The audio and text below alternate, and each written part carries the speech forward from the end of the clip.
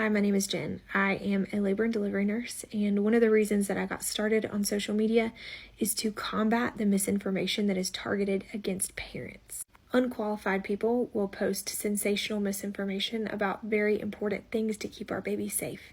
And parents who are just trying to make the best decisions for their baby are falling victim to this misinformation and putting their babies in danger. Vitamin K shots for babies are a standard practice and are considered safe and effective. The first thing I want to say is I don't want you to believe anything that you see online, ever. The first way to find out if something is true that you see online is to first look at the credentials of the person who is talking about it. This person is not an obstetrician, this person is not a neonatologist, this person is not a pediatrician, nor does he care for women or babies in any part of pregnancy or birth. The other thing is I don't want you to make any decisions for you or your baby based off of information that you got online. I don't even want you to listen to me, okay? I want you to use the things that I say as good talking points to talk to your own trusted healthcare provider. But let's talk about vitamin K. So when we're born, we are born with every single clotting factor that we need in order to safely clot our own blood, except for vitamin K.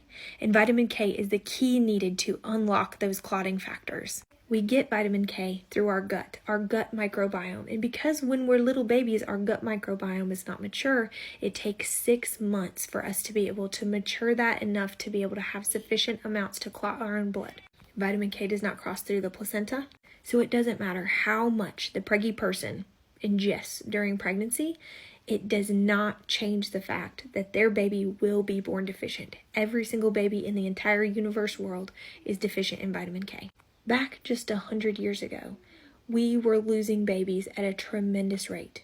And one of the reasons that we were losing so many babies was because of something called vitamin K deficiency bleeding. It is a spontaneous bleed with no warning that can happen in the baby's brain or the baby's belly. And they found with one vitamin shot at birth, it could cover them and prevent that from happening from birth to 6 months old. Without a vitamin K injection, 1 in 60 to 1 in 250 babies will experience a vitamin K deficiency bleed. And once that bleed has started, you cannot just give vitamin K and everything's okay now. Because 1 in 4 of those babies that experience that vitamin K deficiency bleeding will die. There has never, ever, ever in the history of ever been a baby that has passed away from a vitamin K injection given at birth to prevent vitamin K deficiency bleeding. But there have been thousands and thousands of babies that have died from vitamin K deficiency bleeding. And the trouble is, you don't know if it's going to happen to your baby. I want to go over some of the common talking points and tactics that are used by unqualified people to mislead you in making decisions for your baby. The first, vitamin K is not a vaccine. It's a vitamin. Vitamin K shots contain phytonadione, a synthetic version of vitamin K1 which doesn't exist in nature. This one's really simple. So vitamin K is phytonadione. Phytonadione is vitamin K. That would kind of be like somebody saying that they won't take Tylenol because it contains acetaminophen. Or you can't trust Motrin because it's ibuprofen. Another common thing that I hear is that they put aluminum in it because they see this right here. Contains no more than 110 micrograms per liter of aluminum. But why is that there if they don't put aluminum in it? If I go to Cookout and I order a blueberry milkshake, I go through the drive-thru and I see this sign. Does that mean that they're putting peanuts in my milkshake? No, it does not. It just means that at some point in the processing, it could have come in contact with that thing. And in order to figure out how much aluminum could be in that vial, we'd have to do a little bit of math. It says contains no more than 110 micrograms per liter. And if we look up here, this is 1 milliliter, okay? So in order to get 110 micrograms, you would have to give 1,000 of these doses. But you want to know something even crazier? That's not even what we give babies. Babies get a half of a milliliter, which is 1 milligram, which is 10 times less than what I just showed you. And this one says contains no more than 100 micrograms per liter. So we would have to give 2,000 vials of this vitamin K in order to get anywhere close to 100 micrograms of aluminum. And babies get exponentially more than that from breast milk and even more from formula. Next, I hear that we shouldn't use it because it comes with a black box warning. Vitamin K has a black box warning because it's the antidote to warfarin or Coumadin, which is a blood thinner. And adults who take a lot of Coumadin can find themselves in a hemorrhage due to the Coumadin. And vitamin K is the antidote for that. So giving lots and lots of vitamin K to combat a hemorrhage can result in bad things happening. But if we take a look at all of the severe reactions that cause death in vitamin K injections, guess what? Not a single one of them was a baby that received the vitamin K injection at birth. In fact, in the whole history of ever, there's only been one allergic reaction reported, and that was in Turkey, and that baby is just fine. Moreover, even real vitamin K doesn't cross the placenta and isn't prevalent in breast milk because vitamin A dominance is essential for a baby's cognitive and physical development, backed by evidence. That's a new one. I cannot find anywhere that it says that vitamin K injections at birth will cause any kind of developmental delay in your child. Got no idea where that came from. And also, think about this.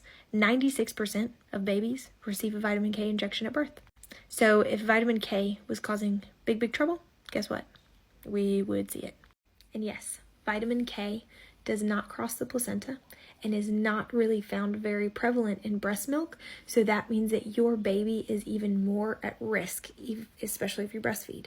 And remember, because vitamin K is the key needed to unlock your baby's clotting factors, it's like having a fire extinguisher locked in a closet, okay? If something happens, you cannot access what you need in order to save yourself. So I've also heard people say, well, not every baby needs it because not every baby had a traumatic birth. I think every birth is pretty traumatic to a baby, coming through and getting squeezed as hard as they do. However, I do want to tell you that vitamin K deficiency bleeding is not caused by trauma, okay? It is spontaneous, meaning there's no warning and there's no way of knowing when it happens until your baby is showing signs of it, and then at that point it might be too late. And if your baby does begin to bleed for some reason, whether it's a spontaneous bleed or whether you get into a car accident or your baby gets dropped by a family member, you want your baby to have everything that it needs to be able to protect itself. I want you to know that there's no secret underground science that your pediatrician or your obstetrician or your neonatologist is just keeping from you. There's no underground science that this guy knows anything about. We all have access to the same science, and the science says that vitamin K is safe and effective to be able to prevent vitamin K deficiency bleeding that can lead to death. And remember, 1 in 60 to 1 in 250 babies who do not receive vitamin K will have a bleed. And 1 in 4 of those babies will die. And even more of those babies have life-altering ischemic hypoxic brain changes from the bleed, with lifelong physical and mental disabilities. So the risk of your baby passing away from a vitamin K injection given at birth, 0%. As a mom, I want to protect my kids from anything that could cause them harm. And giving them a vitamin K injection, which has a 0% risk of death, and not giving it, having a way higher chance of death, it's not worth the risk to me. But again, please don't listen to me. Take these talking points to your own trusted healthcare providers and make that decision for yourself.